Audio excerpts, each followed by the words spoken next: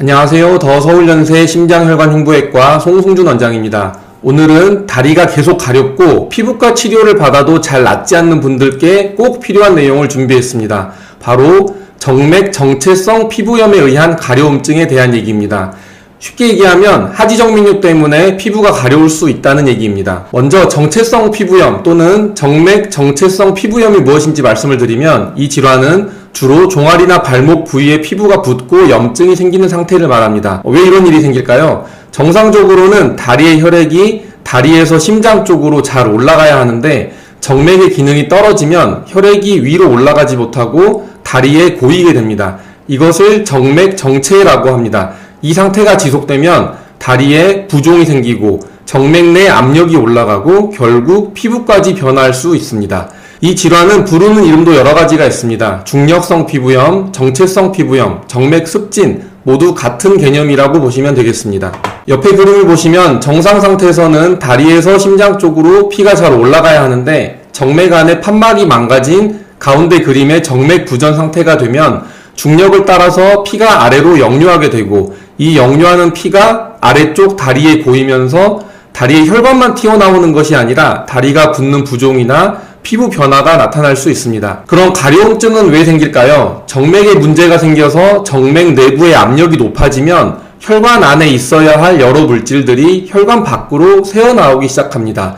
그 중에서 염증 물질이 새어나와서 피부에 자극을 주면 피부에 염증이 생기고 그 결과로 심한 가려움증을 유발할 수 있습니다. 이 질환은 단계적으로 서서히 진행이 됩니다. 초기 단계에서는 다리가 약간 붓고 피부가 건조하고 가려움증이 시작하는 정도인데, 이게 진행이 되면 피부 색깔이 좀 더 갈색이 되고 피부가 두꺼워지거나 습진처럼 보일 수도 있습니다.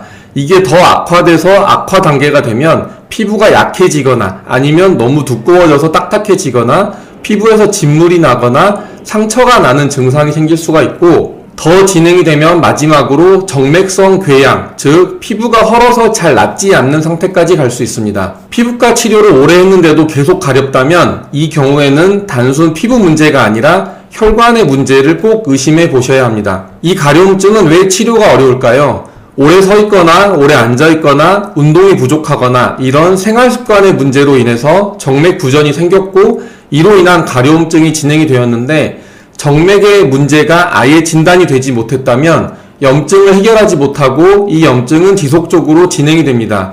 피부가 가렵고 자극이 되기 때문에 압박 스타킹 같은 보존적인 치료를 환자분들께서 유지하기가 어렵게 됩니다.